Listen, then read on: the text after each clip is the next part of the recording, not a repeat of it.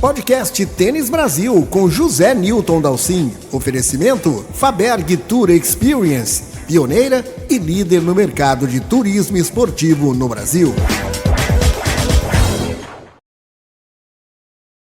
Tênis feminino brasileiro teve mais uma semana excepcional com o vice-campeonato de Luísa Stefani no WTA Finals.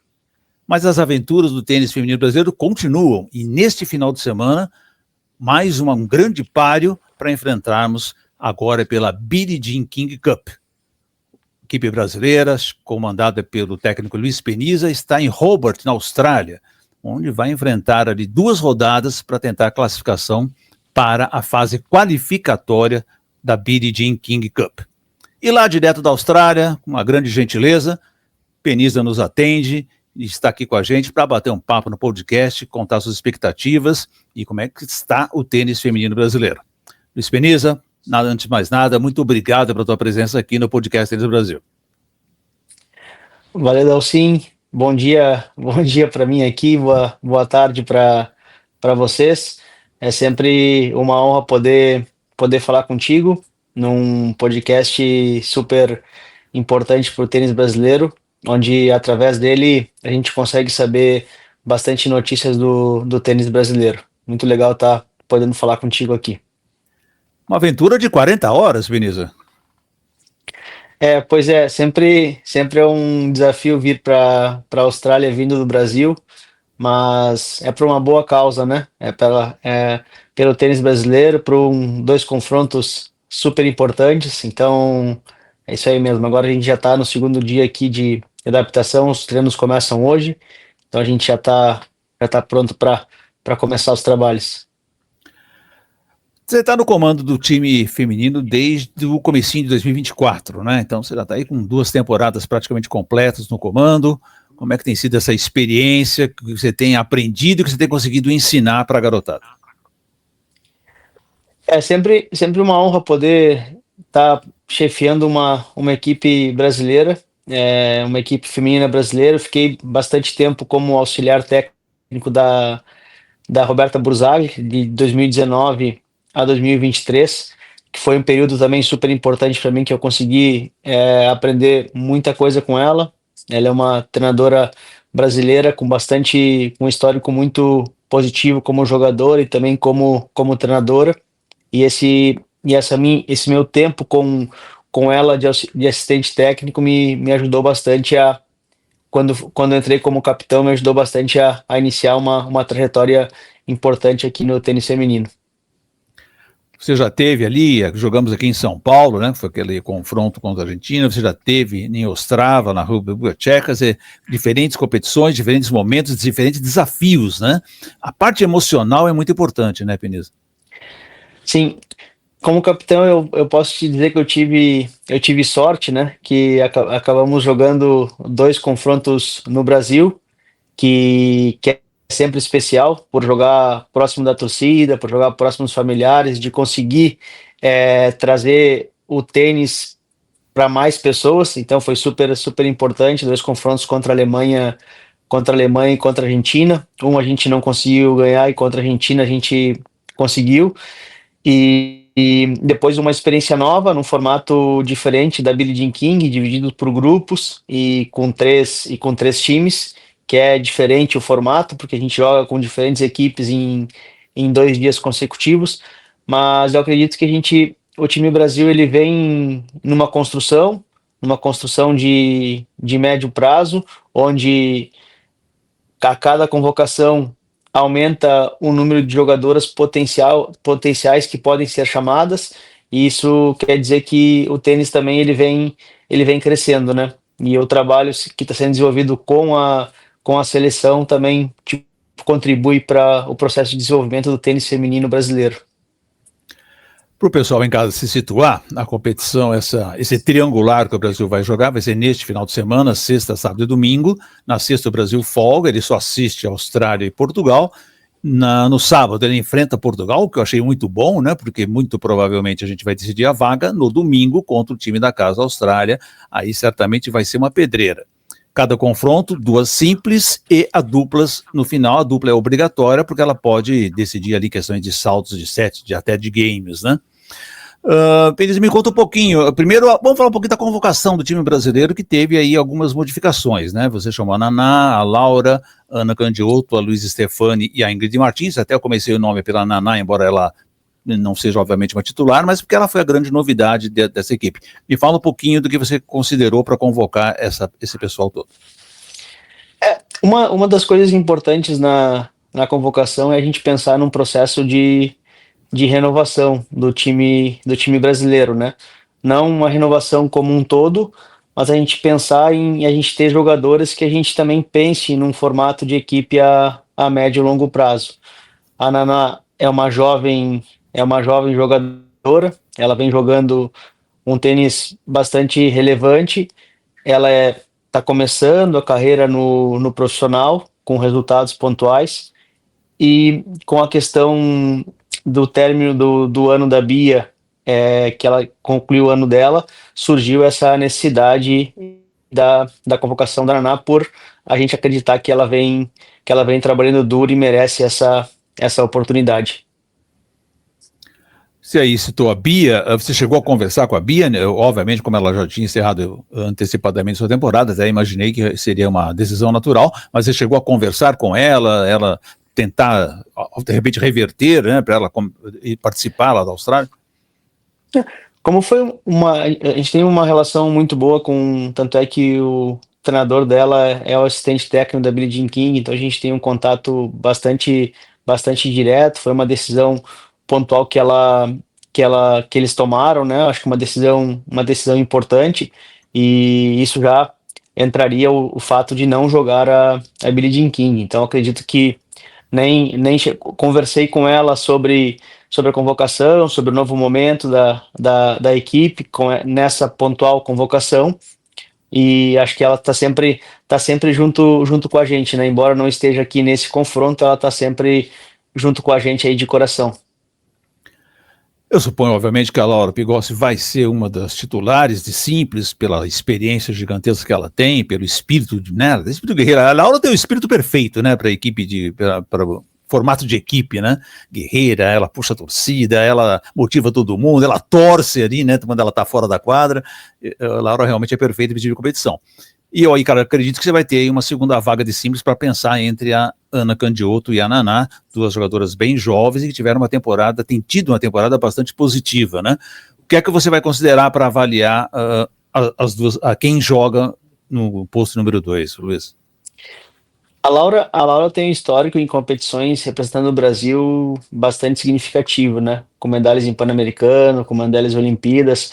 Então, sempre quando compete pelo Brasil e também individualmente, né? Ela tem essa característica bastante significativa de ser uma jogadora muito guerreira, né? E isso faz muito sentido quando a gente fala em competições por equipe. A segunda jogadora de simples, a gente vai começar a trabalhar hoje durante a semana para a gente tomar as decisões ali quinta e sexta-feira para quem vai jogar no sábado. Mas são 2 jogadoras jovens que vêm jogando um bom tênis e tem a cara desse time do Brasil. Sim, do meu gol. Vocês já tiveram condição de avaliar? A quadra tá rápida, tá lenta, alguma coisa assim? Aqui a gente vai treinar, a gente vai treinar hoje. Ontem a gente fez uma visita no complexo. O complexo é um centro de treinamento que tem aqui em Hobart, então é um complexo com bastante estrutura. A gente tem uma relação específica ali que é um lugar onde venta, onde venta um pouco, então isso é importante porque esses dias de treino para criar essa relação de adaptação com o vento e com a quadra, que é uma quadra rápida outdoor. Hoje a gente vai ter um primeiro conhecimento de como, se ela está lenta, se ela está rápida, mas como tu tem ali 4 dias para treinamento e as jogadoras estão acostumadas, porque jogam uma semana em cada lugar, a gente vai trabalhar da melhor forma para chegar super preparado ali para sábado. É um bom período de preparação, Penisa, como tem sempre problema, né? Viajar para a Austrália tem um problema enorme de o teu fuso horário. A regra tradicional é que você precisa de um dia para cada hora de fuso, que obviamente fica inviável, né? Mas tem dificuldades extras aí nessa adaptação à Austrália, né? A gente está num fuso, se não me engano, de 13 horas, né? É, como os jogadores jogam toda semana, né? Então não faz sentido a gente sair na quinta-feira da semana anterior, até porque os treinamentos começam a partir da segunda-feira aqui na Austrália, né? Então, sempre a gente vem uma semana antes, considerando a adaptação o mais próximo do ideal para o dia do jogo. E como a gente joga um dia depois, sábado, a gente tem mais um dia de adaptação.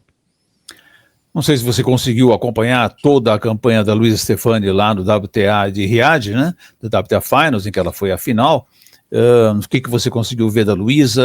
Obviamente não foi surpresa alguma, porque acho que ela está jogando tênis de primeiríssima qualidade, né? E fez uma parceria muito boa com a Timea Babos. Você teve condição de ver, avaliar? Quando é que ela chega aí? A Luísa chegou ontem aqui em Hobart, então hoje ela já começa. A Riad já é meio do caminho, né? Exato. Ela já começa as rotinas hoje junto com o time. Para mim não é surpresa, apesar de ser um resultado super expressivo para o tênis brasileiro, um resultado inédito, não é surpresa porque ela já vem já há um tempo jogando um nível de tênis muito bom e vamos considerar que ela hoje está entre uma das melhores duplistas do mundo, né? Jogando um nível excelente durante todo esse ano. Houve um encaixe bastante importante com a parceira dela, conseguiram a classificação no Finals ali, que foi importante, e, e foram pouco a pouco ganhando seu espaço dentro do torneio, né? E aí conseguiram atingir essa final, que é muito importante para ela, muito importante para o tênis brasileiro, e mais ainda numa semana que é pré-Billie Jean King, né? Então ela traz essa energia, essa positividade para dentro da equipe. Fala um pouquinho dos adversários, Pires, o que é que você conhece em relação a Portugal e Austrália? Portugal, que você joga, como eu disse, no sábado, né? Matilde Jorge, Francisca Jorge, Angelina e a Inês, que eu não conheço, Inês Morto, quer dizer, é um time aparentemente um pouco menos experiente, né? Na Rádio Time de Portugal são duas irmãs, a Matilde e a Francisca, que provavelmente sejam elas as titulares, tudo indica. Elas têm em torno de um ranking 240, o ranking delas é muito próximo, até tem que ver qual é que vai jogar como 1 e como 2, que é esse fechamento da lista ali na quinta-feira. A gente conhece bastante elas porque elas jogam bastante torneios parecidos com a Laura de 75 mil, 50, W120, WTA 125. Então são jogadoras que a gente conhece bastante do circuito, né? Então é um confronto que elas têm duas simples que é bastante competitiva e elas também jogam bastante duplas juntos, né? Então isso acaba deixando também eles, assim como também a Austrália, times bastante representativos, assim. Aqui acho que não tem muito para onde sair, né? Esse grupo da Billie Jean King são sempre três times num nível de representatividade bastante importante, então é da gente mesmo estar bastante atento com o nosso jogo, conhecendo as adversárias e adaptando as questões táticas em cima também dos nossos padrões de jogo também. Então você acredita que as irmãs vão fazer simples e duplas e, então, de certa forma, elas vão estar um pouquinho mais desgastadas ou talvez melhor adaptadas quando enfrentarem o Brasil no sábado, né? Tudo indica que elas joguem o jogo de simples e jogo de dupla, né? Mas, porém, os confrontos de Billie Jean King, eles sempre podem acontecer muitas coisas durante a semana, né? E na Austrália a gente tem uma equipe forte, que é a Join, que hoje está entre as 45 do ranking. Aí tem a Burrell, que joga um bom nível de tênis. Eles fizeram uma alteração ali na terceira jogadora, que a Priscilla Hon acabou saindo e entrou a Talia Gibson. E elas têm uma dupla, que é a Storm e a Ellen Pérez. E o bom é que a gente também tem jogadoras que estão vivendo esse circuito, né? Tanto Luísa quanto Ingrid, e agora a Laura também com bons resultados de dupla, elas se enfrentam durante o circuito, né? Então não é nenhuma novidade jogar dentro desse nível, né? E é o que nos coloca bastante competitivo para esses dois confrontos. A Austrália jogando em casa com duas jogadoras desse nível aí, realmente vamos colocar que o favoritismo certamente é da Austrália. Essa Maya Joint, inclusive, esse ano teve uma boa ascensão, né? Ela teve uma disparada nesse ano, ganhou até a WTA, quer dizer, ela é uma jogadora bem perigosa. É uma jogadora australiana jovem que teve bons resultados ao longo do ano. Só que ao mesmo tempo também, se o Brasil pensa em galgar processos é, com um cenário internacional, é mais do que importante poder vivenciar confrontos como esse, né? Acho que faz parte desse processo de fortalecimento do tênis nacional e também de renovação do time. Passar por essas experiências são super importantes. E a gente está acreditando bastante em jogos muito competitivos e o Brasil com potencial e chance de avançar. Você conseguiu ver alguma coisa da Copa Davis Júnior e da Billie Jean Cup Júnior, onde a Naná jogou, né? Quer dizer, deu para acompanhar essas competições, ver como é que essa novíssima geração do tênis brasileiro está se saindo, Penícia? Sim, a gente estava acompanhando bastante durante a semana, em contato também com os treinadores. O Brasil com 3 jogadores no masculino e 3 jogadores no feminino, em ascensão dentro do cenário juvenil internacional. 6 jogadores e jogadoras ali com um cenário assim. O que que eu penso, né? Eles tiveram o resultado do nono e 11º. O nível da competição é um nível muito forte. Vem realmente os melhores jogadores dos outros países para jogar essa competição, que é uma competição muito tradicional. Uns anos atrás, o Brasil saiu campeão dessa competição, junto com Fonseca, Gustavo Almeida e o Pedro Rodrigues. Então é uma competição bastante valorizada, né? E como a gente estava falando de experiência, mais do que importante é a gente passar por essa situação. E a gente teve um bom desempenho, fazendo jogos duros. Os confrontos que a gente perdeu dentro do grupo foram sempre confrontos que foram muito disputados, que foi realmente por detalhes, e às vezes a posição não quer dizer o nível de tênis que os jogadores apresentaram, né? Então acho que para vir para a competição profissional após a experiência na vida de King Júnior acaba sendo também super importante para nós. E lembrar, né, Penisa, que nas últimas competições a Naná participou da equipe de treinamento do grupo, né? Quer dizer, essa integração já de quem está começando com os profissionais de ponta, isso já vai dando uma bagagem grande, né? Sim, as equipes do Brasil tem nos confrontos tanto de Copa Davis quanto de Billie Jean King, levar alguns jogadores juvenis para estarem treinando com os profissionais durante a semana de treinamento, né? É um projeto de acolhimento que a gente tem, que traz tanto os treinadores, tem um treinador representando a equipe júnior para estar aproveitando a experiência da semana de Copa Davis de Billie Jean King. Isso é bem importante, sem dúvida. Você também está à frente do programa de desenvolvimento que a Confederação lançou, primeiro com o feminino, depois ela se estendeu no masculino. Acho que é legal a gente conversar e você contar também um pouquinho do como é que anda esse projeto, como é que anda esse desenvolvimento, o que vocês têm feito, porque são eventos que integram os treinadores, vocês fazem palestras online, encontros pessoais, né, para tentar dar uma base maior, porque está pensando bem nessa garotada de 12 a 18 anos, né? Sim, aí o programa de desenvolvimento ele foi lançado em janeiro de 2024, junto com o convite para eu ser o capitão, né? Então ele tinha uma relação direta com isso, né? Ao mesmo tempo de ser capitão da Billie Jean King era assumir um programa de desenvolvimento para o tênis brasileiro. Acho que isso foi uma coisa que foi importante na época, né? Por a Billie Jean King ser 2 semanas pontuais, faz muito sentido a gente iniciar um projeto que foi em 2024, que foi baseado no desenvolvimento do tênis feminino, né? Então era um projeto bastante focado no tênis feminino. Aí em 2025 houve ampliação desse projeto, e hoje ele está entre feminino e masculino, né? E a gente tem um foco principal desse programa, que são quatro pilares bastante significativos em termos de dedicação de tempo, né?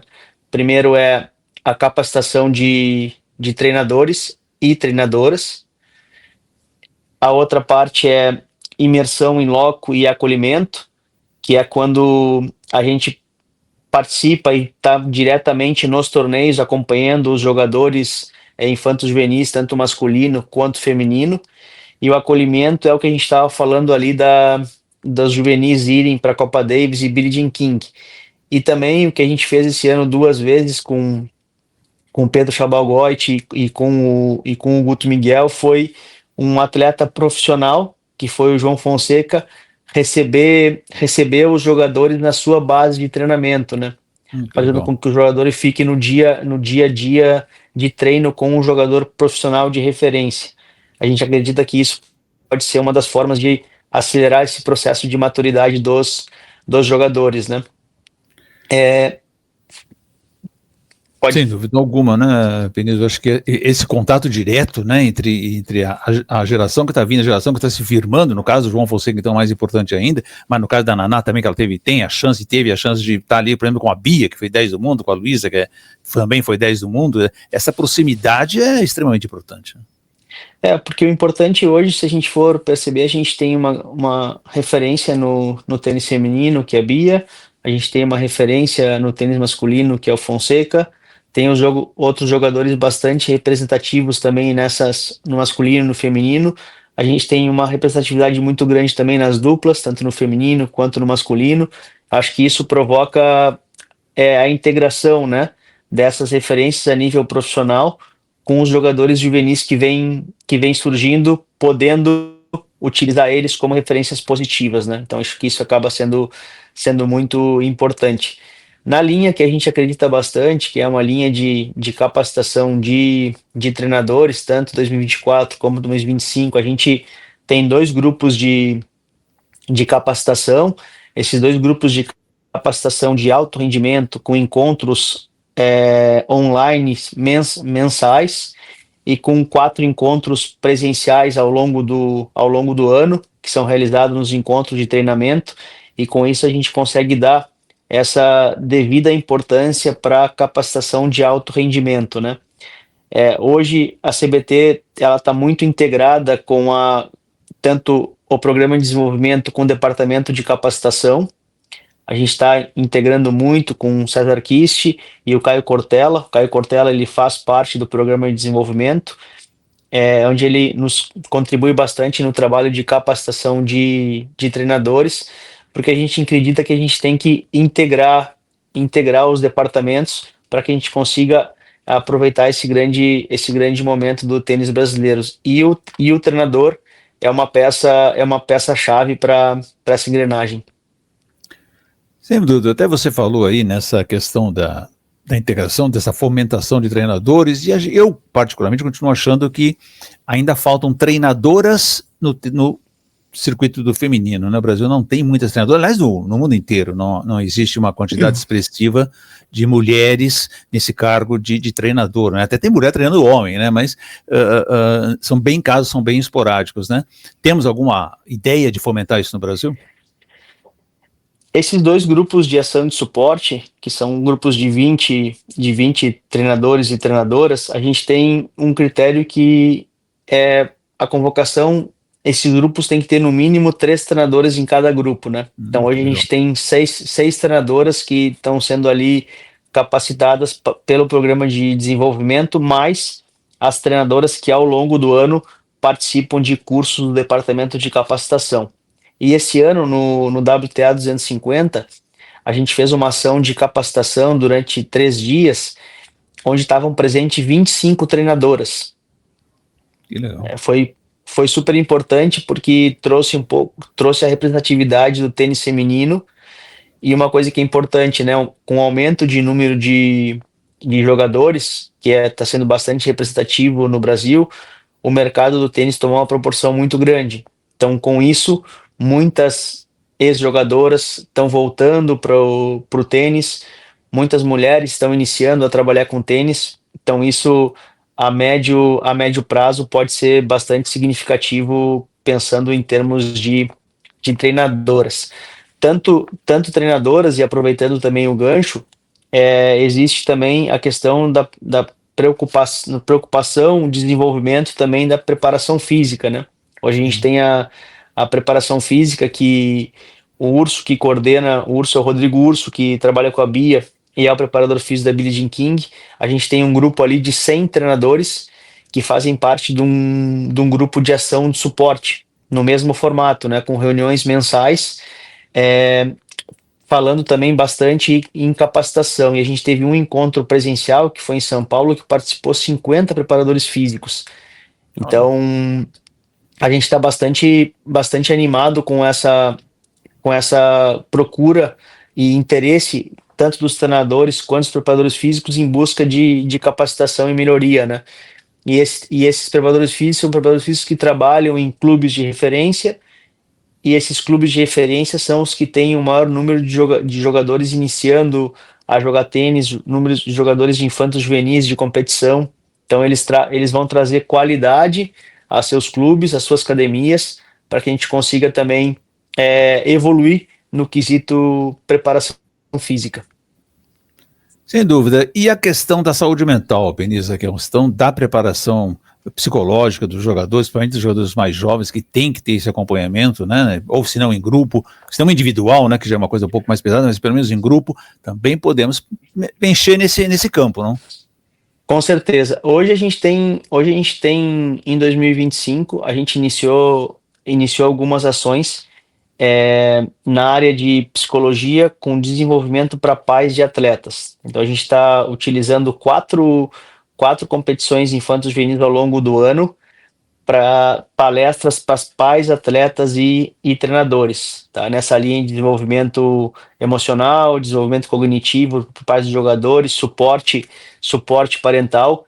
E a gente está com um curso de 6 módulos que tá no ar, disponível ali para o suporte parental. Até agora, no mês de outubro, a gente teve ali uma procura de mil participações, de pais interessados que entraram dentro do programa e estão ali assistindo às aulas e preenchendo os pré-requisitos ali que alguns quiz de perguntas e respostas que esse projeto dos pais ali que está em andamento, está sendo super importante.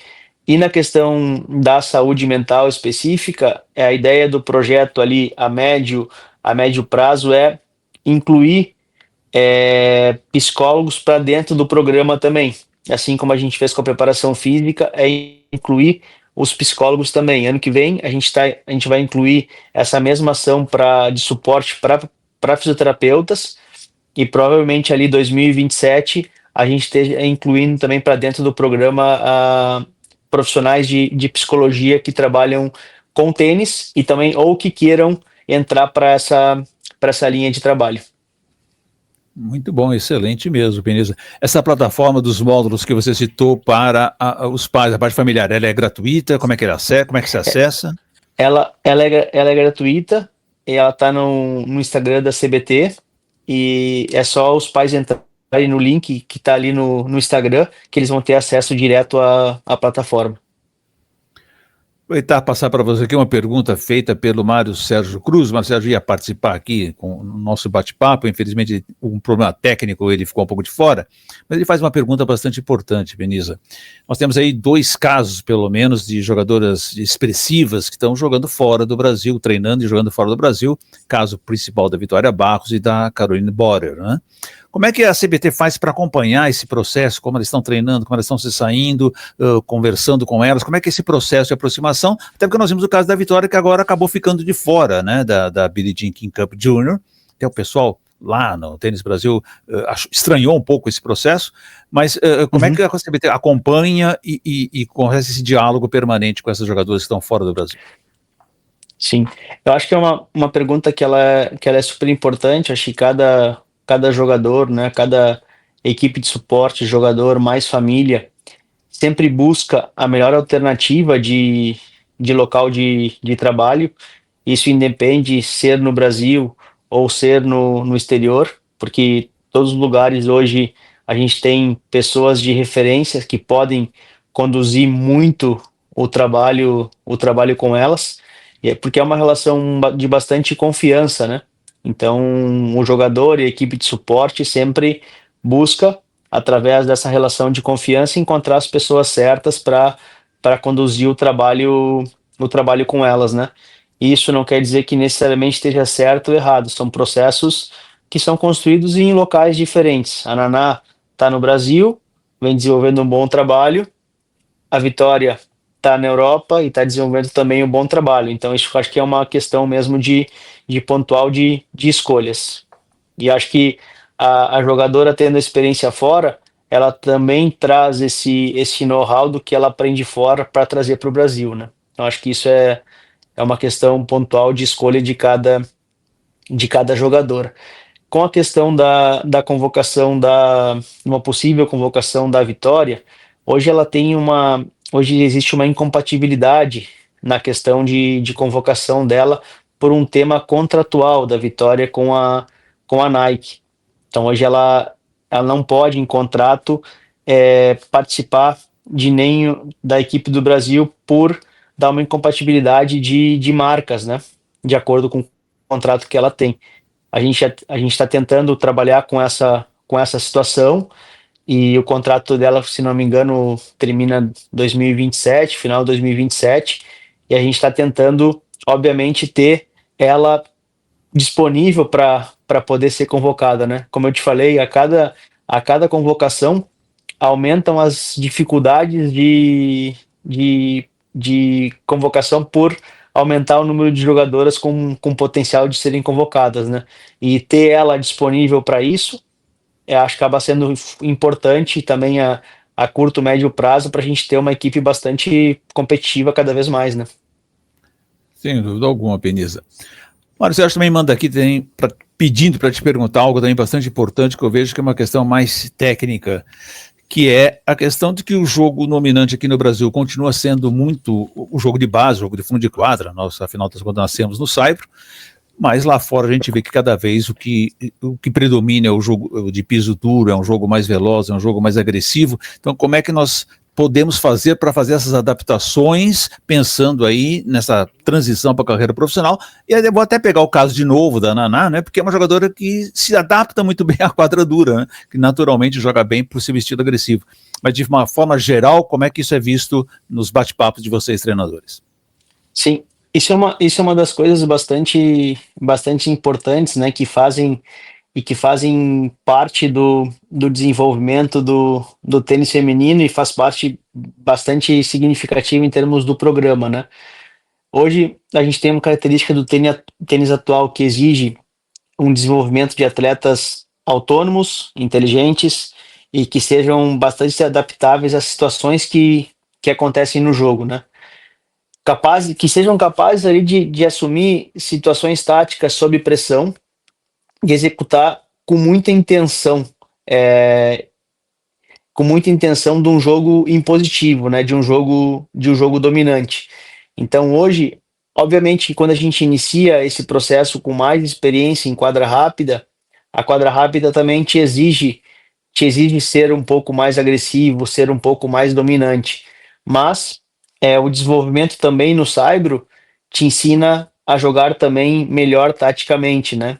A encontrar um pouquinho mais a relação do tempo e dos espaços. Eu acho que então o ideal seria a gente ter a combinação dessas duas situações. No tênis no Brasil, a gente tem o objetivo de aumentar o número de torneios em quadra rápida, justamente para dar a oportunidade dos jogadores poderem disputar competições em quadra rápida e automaticamente também buscarem treinamentos também nessas condições. Acho que isso a gente acaba também acelerando esse processo de formação dos jogadores. Aliás, ilustrando o que você disse, nós tivemos uma competição muito importante aí agora, acabou de acontecer lá no Rio de Janeiro, que foi o qualificatório para a Australia Open, né, Júnior, que foi, obviamente, em quadradura, e tivemos aí no meio do ano um torneio em quadra de grama, né, aqui no interior de São Paulo, em Bragança Paulista, que é uma garotada até um pouco menor, mas são realmente novas condições para a gente criar ambientes diferentes, né, Peniza? A gente tem a Alphaville, que teve o 25 mil Sim, masculino, verdade. o 12 anos jogado em Alphaville também na quadra rápida. Então a gente está tendo essas opções e esse cuidado em poder provocar novas situações para que a gente possa também acelerar esse processo de desenvolvimento dos jogadores nesse sentido, né? De serem impositivos, mas ao mesmo tempo serem autônomos e terem uma relação também tática bastante importante, né? Porque o impositivo não quer dizer que tenha que bater na bola para qualquer lado, né? Tipo, a intenção do golpe é uma coisa, mas se eu jogar em positivo com uma inteligência tática de acordo com a bola que eu recebo, as coisas começam a ficar dentro do que o circuito está dizendo, né?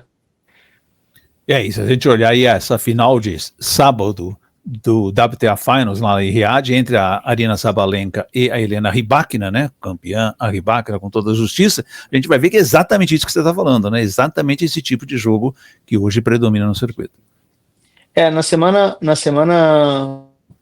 2 semanas atrás, teve uma competição J60 ali em Itajaí, que foi a DK Cup, e o torneio feminino teve um nível muito, muito alto. Então a gente viu ali a maioria das jogadoras,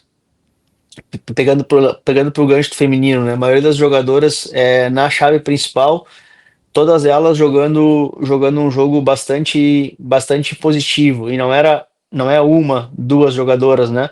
A grande maioria das jogadoras brasileiras jogando com essa mentalidade, né? Mudando direção, utilizando o primeiro saque com agressividade, sacando e pressionando na primeira bola, as evoluções de segundo saque de dentro da quadra, bastante jogando neutralizando quando não tinha o controle do ponto, criando situações de ganhar tempo quando estavam em situações de defesa, mas muito muito assertivas no sentido de quando tem oportunidade para ser agressiva, elas estavam realmente entrando na quadra e assumindo esse risco, né? Quando elas têm oportunidade.